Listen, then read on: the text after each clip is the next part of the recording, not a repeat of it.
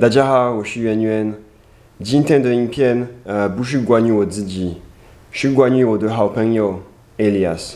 我先不要讲太多，我要让他跟你们讲话。还想说，你如果喜欢这个影片，请你考虑订阅我的频道，谢谢。好，欢迎收看。Hello everyone, my name is Elias, and you probably recognize me from some of Yunyun's videos before. But today, I have something very sad to tell you all.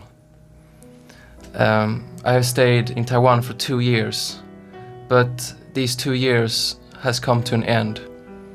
And now it's actually my final day in Taiwan. And it really saddens me to tell you all this, but my plan is to go back to Sweden to meet my family. And that's why I want to share my experience and my lessons and learnings from being in Taiwan. These 2 years in Taiwan has been the best time of my life. I had so many fantastic experiences, and some of these experiences are actually captured in the videos of both Lucas and Yuan.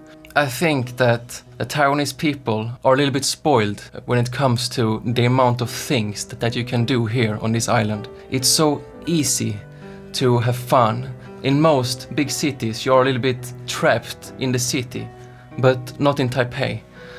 In Taipei, if you take the bus half an hour, you're in the mountains. And if you take it another half an hour north, you are at the beach and you can go surfing and have a completely change of environment. And I think not many cities in the world you can have that versatility of the things that you can do in one place. And that's something I think many other foreigners also love about Taiwan. Everything is so accessible. I have been a student here in Shida for the past 2 years. So Shida has been a little bit like my hometown. So every day I've been to Shida night market, and I've been to the same breakfast shop for almost the past 2 years every morning. And I think I know every restaurant around the Shida area. And sometimes I even go to the day market, and sometimes I even buy the fruit there and some meat sometimes. And that's when I really feel like a real Taiwanese when I do that. The things I will miss the most about being in Taiwan is that waking up and not knowing what you're going to do today. In Taiwan, it's so easy to always throw some new adventure together, and your friends are always willing to hang out, go out, grab some dinner. This is something that I will miss a lot, because in Sweden, it doesn't really work that way. You have to plan maybe 2-3 weeks ahead if you want to do something. It's also much more expensive to have fun in Sweden, so it's not every time that people are willing to go out with you and have fun. But here I feel it's much more cheap to have fun, you know, that doesn't cost that much to have fun in Taiwan. And that's something I will miss a lot. One thing that I notice in Taiwan that I and a lot of other foreigners also do is that they really live in the moment, that they live day by day. You know, it's so easy to have fun today, so why worry about what you're going to do tomorrow? But when I lived in Sweden, it was a different lifestyle. You think more ahead, and you think more long term. But in Taiwan, at least in my experience, I think more short term. I just think like a few days ahead, you know. I never think about where am I in 1 year or 2 years. In Sweden, for example, I played piano every day, 5 hours a day, and my dream was to become the greatest pianist ever.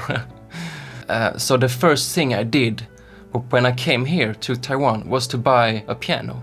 But that piano, the only thing it has been doing for the past 2 years is to collect dust. And I feel very guilty about that. But the reason is that I really never have time to sit down. You know, I'm always on the run to doing something with my friends or going for my next adventure. So my own goals and dreams and hobbies gets a little bit put on hold. And that's what I noticed here in Taiwan, that it's much more about living now in the moment, and that has both good and bad sides. That's also one of the reasons that I think maybe it's time for me to go back to Sweden so I can go back and focus on all these goals that I had originally.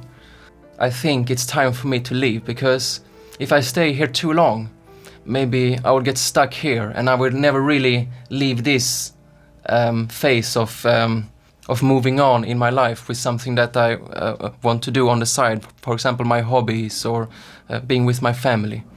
When I see myself living my dreaming life, I see myself being at the beach somewhere, having a cozy small house and taking a swim in the ocean every day and like thinking about life and thinking about myself and meditating. I'm more like a thinker. It's not so easy to do these things here in Taiwan, because Taiwan it's a more higher paced environment and you're always on the run, always on a journey going somewhere. And for some people that's the most amazing thing in the world. And for me, these 2 years, they have been amazing. But some part of me is really longing to go back to this peaceful environment where I can think and where I can be more with myself. That's also one reason that I decided to go back to Sweden. That's something I've been very grateful for being in Taiwan these 2 years. It made me realize a little bit who I am as a person. I got to know myself better, because if you're always in the same environment, if you always experience the same kind of life, then you have nothing to compare to. You don't really have the full spectrum of experience to understand who you really are, what you like and what you don't like. If I always lived in Sweden, I would have wondered, what would my life be if I'd been in the city? Would I have been more happy? Would that have been more me? But thanks to being here, these 2 years, I have really found myself and really found my purpose and get to know myself better. Then I can go back to what I had before and start to appreciate that much more. And for example, my family, they have been very supportive my whole life, and especially here in Taiwan. They have helped me financially and also psychologically when I feel down or when I feel unsure about things. They always there to help me feel better.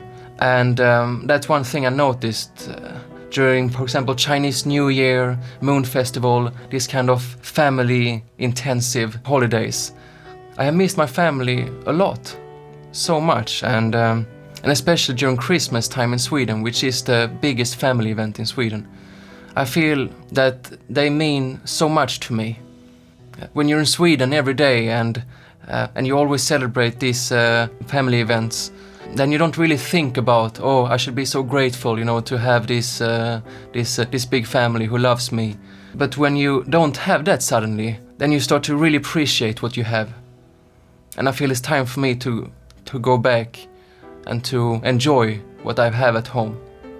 I want to thank you, Taiwan, and the Taiwanese people, deeply from my heart, for inviting me to their country, to their homes, during these 2 years, and show me their hospitality, show me their caring. I feel really moved by how well I have been treated these 2 years. And that's something that I haven't really experienced anywhere else in the world. And I want to thank you for that. I got you a little present, Elias. Oh? So that you can always have Taiwan in your heart. So, of course, the blue slippers. Wow! Which you can always wear when you are in Sweden. And to go together with, you can have this very traditional shopping bag. I'm sure when you go shopping with this, you will have the amazing style. Thank you so much, Yuan. Sure. This will be used every day on the Swedish beach. Nice. Everyone will be jealous. Thank you so much, Yuan. Yeah. Thank you. Take care. Thank you. So, Elias, it was great to have you all around for the recent 2 years. We did a lot of good trips, and I feel we should have done even more. We will keep in touch, and I will definitely find time to go to Sweden someday. Yeah, I'm looking forward. And I think we can keep having a lot of fun. Definitely. Thank you so much for having me. Thank you. 好，谢谢大家收看，给你们说，下次见。拜拜。拜拜，拜拜，谢谢你们。